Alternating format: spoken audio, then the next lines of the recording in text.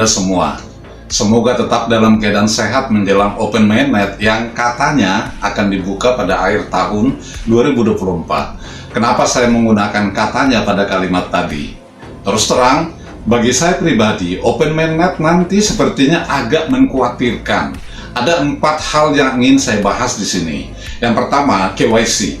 Para pionir yang sudah menambang bertahun-tahun lamanya, tapi sampai menjelang beberapa hari lagi akan Open Mainnet belum kunjung mendapat undangan KYC juga.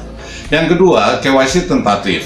Banyak pionir yang sudah tenang dan senang karena mainnet checklist dari nomor 1 sampai nomor 9 sudah hijau semua dan sudah menjalani migrasi. Tiba-tiba saja status KYC berubah menjadi tentatif. Bahkan yang tadinya sudah menjadi validator dan telah memvalidasi ribuan aplikasi KYC pioneer dari negara lain, malah tidak bisa lagi menjadi validator akibat status tentatif tadi. Yang ketiga, wallet. Wallet yang tadinya bisa dibuka dengan menggunakan passphrase, tiba-tiba tidak bisa dibuka lagi. Yang keempat, jadwal Open Mainnet. Kita bahas satu persatu. Yang pertama, ada beberapa pionir di WhatsApp group yang saya kelola malah belum pernah mendapatkan undangan KYC sama sekali. Padahal mereka ini sudah menambang Pi Network selama bertahun-tahun. Ada yang sudah lebih 4 tahun, lebih dari 2 tahun, atau lebih dari setahun, tetap saja belum menerima undangan KYC dari core team. Ironisnya, pionir yang baru saja mulai menambang sekitar 5 minggu sudah mendapat undangan KYC, kemudian langsung migrasi. Dan 14 hari kemudian, saldo Pi sudah masuk ke available balance di wallet.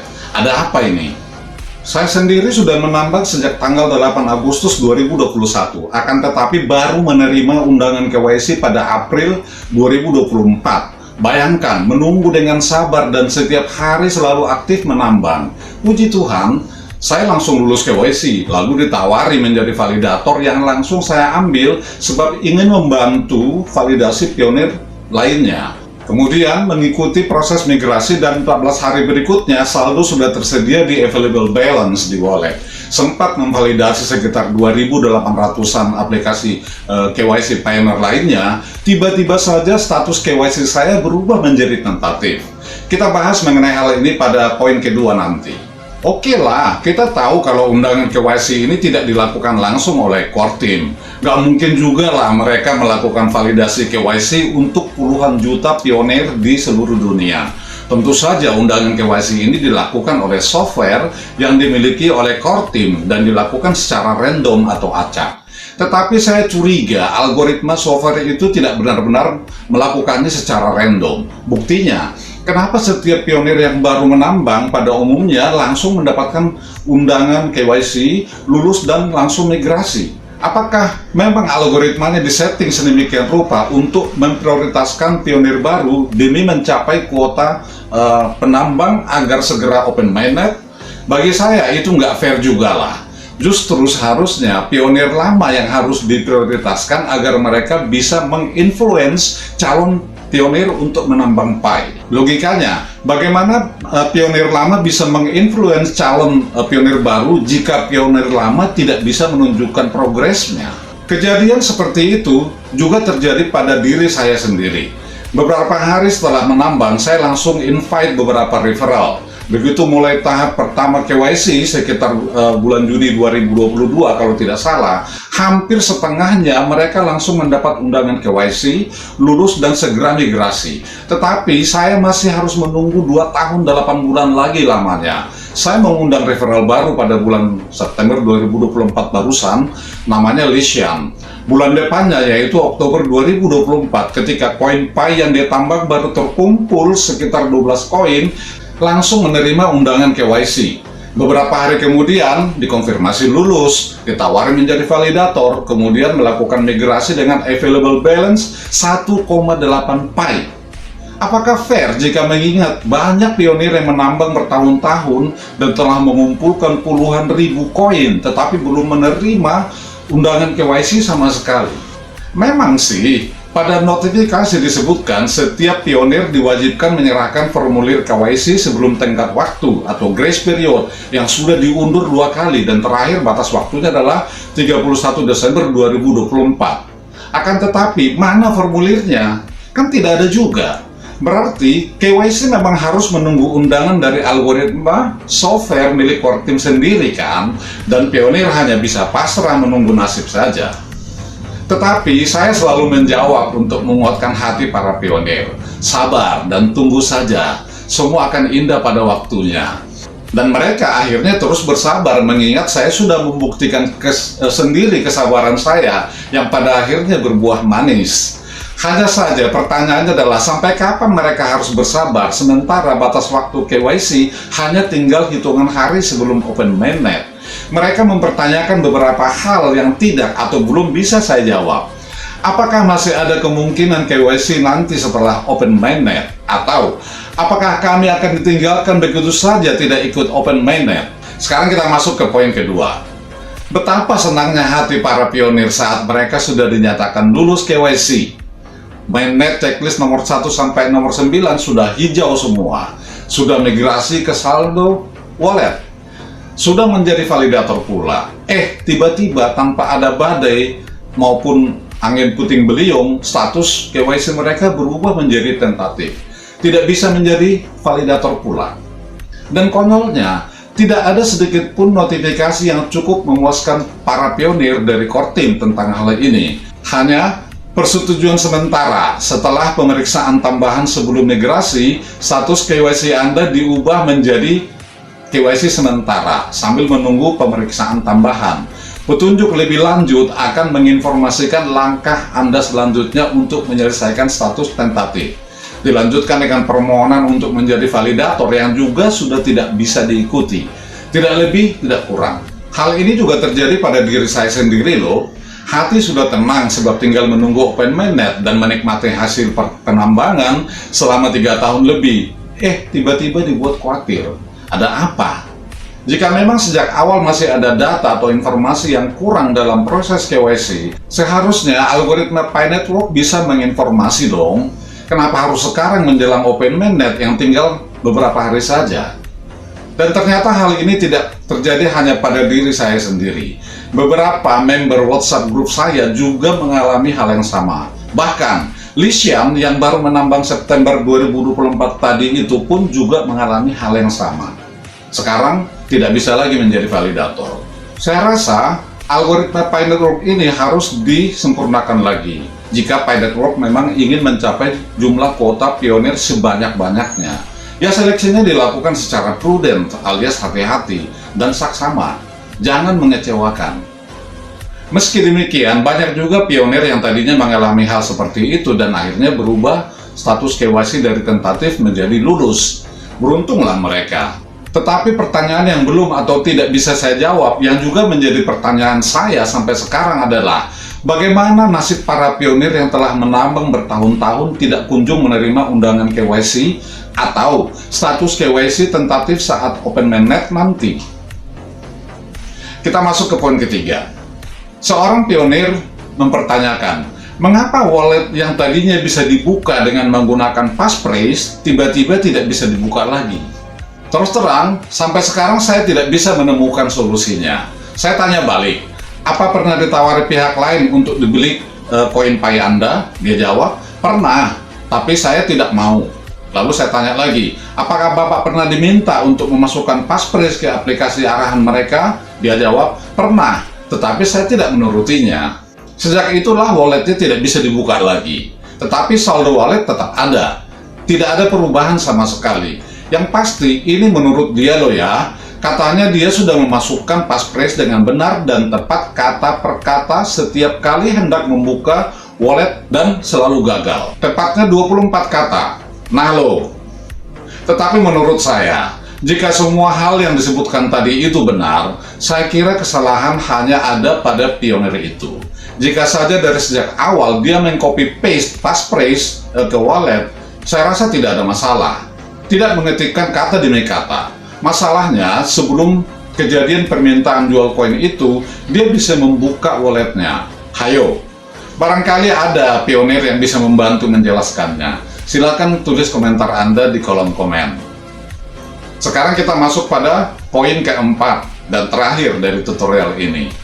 Per hari ini, Jumat 20 Desember 2024, muncul berita baru di beranda Pi Network yang isinya berbunyi, para pionir, kami telah mencapai lebih dari 18 juta KYC dan lebih dari 8 juta pionir yang bermigrasi ke mainnet. Berkat peningkatan kecepatan utama baru-baru ini, aplikasi KYC dan migrasi mainnet diproses lebih cepat dari sebelumnya, yaitu hampir 200.000 pionir bermigrasi pada hari terakhir. Ini berarti Open Network dapat diluncurkan sesegera mungkin pada 1Q 2025, sekaligus memperkecil kesenjangan antara pionir yang telah di KYC dan yang bermigrasi ke mainnet demi inklusivitas dan stabilitas ekosistem di Open Network. Baca pembaruan lengkap tentang ketentuan dan waktu Open Network. Apa yang dapat Anda lakukan sementara itu dan pembaruan terkait tenggat waktu masa tenggang. Seperti perkiraan saya pada video tutorial sebelumnya, kemungkinan terjadinya Open Mainnet atau Open Network akan berlangsung pada 1Q 2025 atau kuartal pertama tahun 2025, bukan tanggal 31 Desember seperti yang diharapkan para pionir. Juga grace period atau masa tenggang untuk KYC diperpanjang lagi untuk keempat kalinya setelah tanggal 31 Desember 2024, kemudian tanggal 30 November 2024, lalu diundur ke 31 Desember 2024. Masa tenggang migrasi juga tetap tanggal 31 Desember 2024. Sekarang, KYC diundur lagi menjadi tanggal 31 Januari 2025, yang secara otomatis juga diikuti oleh migrasi. Saya perkirakan ya. Semoga saja Open Mainnet akan tepat terjadi pada kuartal pertama 2025, bahkan sebelum tanggal 14 Maret 2025, sesuai dengan pernyataan Dr. Nicholas Kokalis atau Kortim pada saat Pi Day tanggal 14 Maret 2024 yang lalu. Di situ dia katakan, Pi Day kali ini adalah yang terakhir kita rayakan sebelum Open Mainnet. Semoga. Mohon jangan lupa subscribe, like, dan share kepada pionir lain. Tekan tombol lonceng juga untuk notifikasi video tutorial berikutnya. Setelah Open Mainnet nanti, saya kira akan sebanyak tutorial yang menarik untuk kita bahas. Keep mining pioneer. Please stay healthy. Bye.